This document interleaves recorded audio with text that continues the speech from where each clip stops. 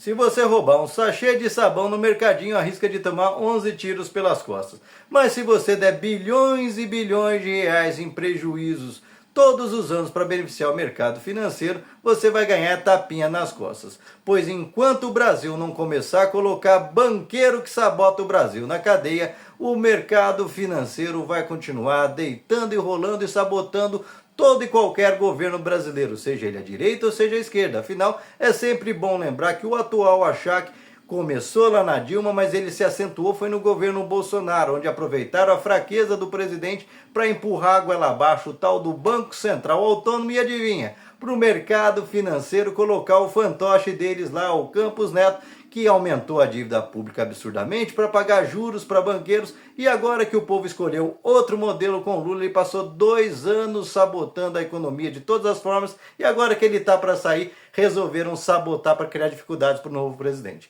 Porque é exatamente essa a essência do que está acontecendo agora, desse ataque especulativo do nada sobre o dólar, que em um mês fez o dólar aumentar quase 30% injustificavelmente. Afinal, foi justamente quando o governo entrega aquilo que eles estão pedindo, cortes e cortes, incluindo cortes em programas sociais, que os caras não estão satisfeitos e resolveram disparar o dólar, inventando que o Brasil está inviável.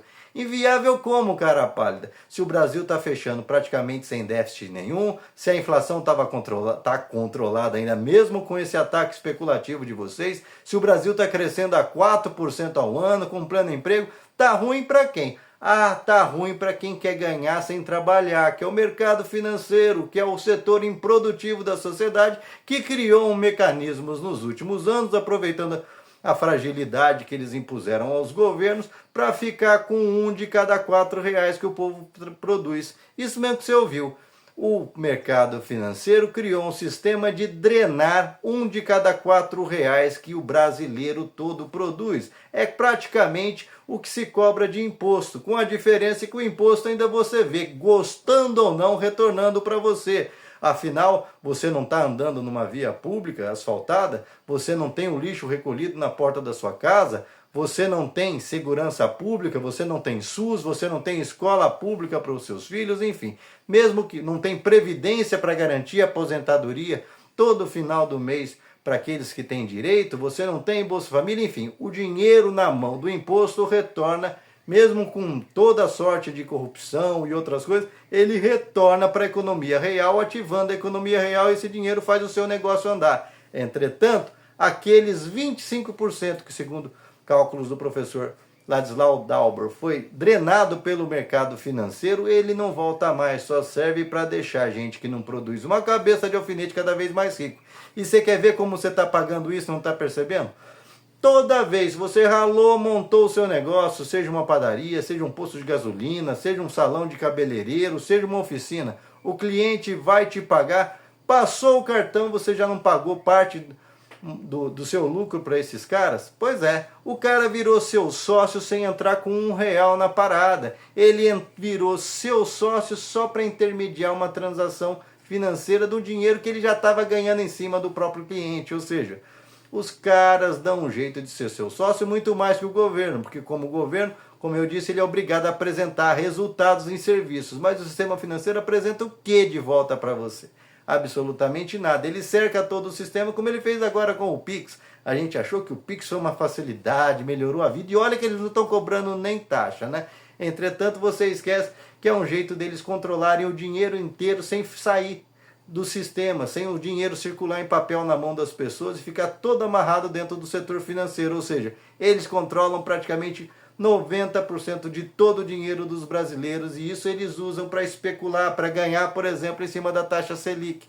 Ou seja, esses caras criam especulação aumentando o dólar de maneira artificial para criar inflação artificial e fazer o preço das coisas aumentarem no supermercado para você, e depois falam que é se você tiver um dia mais de folga que vai gerar inflação. Pois é, cadê o Nicolas Ferreira para reclamar que a especulação em cima do dólar vai aumentar o preço nas gôndolas do supermercado? Aí não aparece ninguém, né? Só aparece para atazanar e culpar o governo por aquilo que é o setor financeiro que está fazendo. Portanto, Está na hora da gente identificar o verdadeiro inimigo do Brasil e começar a ter ações mais concretas para punir esses caras. E não, eles não fazem só aqui não, fazem isso no mundo inteiro. Tanto que até nos Estados Unidos, alguns anos atrás, os banqueiros tentaram um ataque especulativo em cima da moeda e tomaram uma invertida de 17 bilhões de dólares de prejuízo em multas. E está na hora deles começarem a sentir no bolso e principalmente sentir na liberdade. Porque na hora que esse país começar a colocar banqueiro na cadeia, talvez esses caras pensem duas vezes, porque alguns já até passaram uma temporadinha na cadeia, né? Só que passa uma semana e depois sai. Tem que ficar lá e apodrecer na cadeia, porque é graças a esses caras que nós temos miséria no país, e uma miséria que não afeta um só, afeta milhões de pessoas. Portanto, os danos dessa gente tem que ser, e as penas têm que ser proporcionais aos danos que eles causam. Porque se a gente se indigna e age com razão e faz com que um ladrãozinho de celular que seja pego vá para a cadeia, porque o cara que rouba na fonte, que faz com que você sequer chegue a acessar o dinheiro pelo qual você trabalhou, pode ficar impune contando bravatas por aí. Pois é, está na hora da gente reagir, até porque essa gente está sempre a serviço de interesses estrangeiros, como agora o Trump, que já identificou que a moeda forte, essas articulações via os BRICS, para criar transações alternativas ao dólar, e já está fazendo ameaça. E adivinha, quem é que ganha com ataques especulativos do dólar, enquanto o dólar ainda tem força para servir de alvo de especulação? Eles, sempre eles, os caras que ganham quando forçam aumentar os juros, ganham em outros. Aliás, olha para você ver que ironia, o Campos Neto enrolou todo mundo lá, criando essa ideia, nossa, vamos deixar a projeção de aumentar os juros mais 2% já na próxima administração, para falar que fui eu e não foi o Galípolo. E adivinha o que ele conseguiu com isso? O tal do mercado usou isso como desculpa. Olha, até o Banco Central está achando que está ruim, vai aumentar os juros, então vamos especular muito mais. Ou seja, é igual o mercado financeiro, se comporta igual aquele bêbado que quando está quente ele diz que bebe para refrescar e quando está frio ele bebe para esquentar. Ou seja, qualquer coisa que um governo faça para atender os seus caprichos nunca estará bom, porque o que eles querem de verdade é quebrar o Brasil. Eles nem escondem isso. Olha só a gente olhar na última ata do Banco Central e ver que o grande problema do Brasil é estar crescendo 4%. Imagina se estivesse crescendo igual a China, 7, 10% ao ano, então esses caras morriam.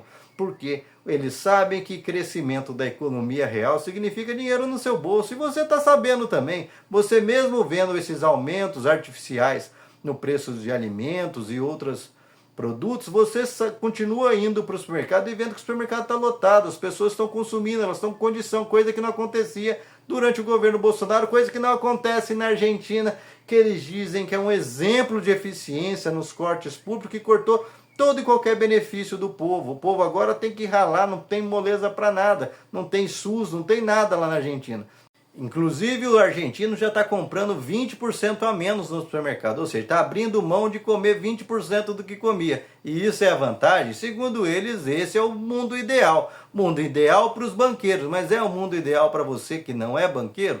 Pois é, lembre-se que você faz parte dos 99,9% da população que paga essa conta, que paga mais caro, que paga o imposto e depois tem que pagar o dízimo para o mercado financeiro em qualquer transação que você faz. E você está contente em agradar o mercado financeiro para dar mais ainda porque ele está achando que está pouco? Ele que não trabalha nada e é sócio no seu negócio? Ele que não trabalha nada e é sócio no seu salário, sempre dando um jeito de dar uma mordiscadinha? Pois é, está na hora da gente dizer um basta e fazer com que esse dinheiro do seu trabalho volte para o seu bolso em vez de ir para o bolso de algum banqueiro. E você, o que pensa a respeito? Deixa aqui seu comentário, se inscreva no canal, senta o dedo para compartilhar, não esquece de deixar seu like e vamos juntos continuar lutando contra esses verdadeiros inimigos do Brasil e do mundo, porque o mercado financeiro, esse setor improdutivo é que está levando o mundo a esse estresse, a essa neurose de produzir cada vez mais, acabando com a saúde das pessoas, acabando com o planeta. E para quê?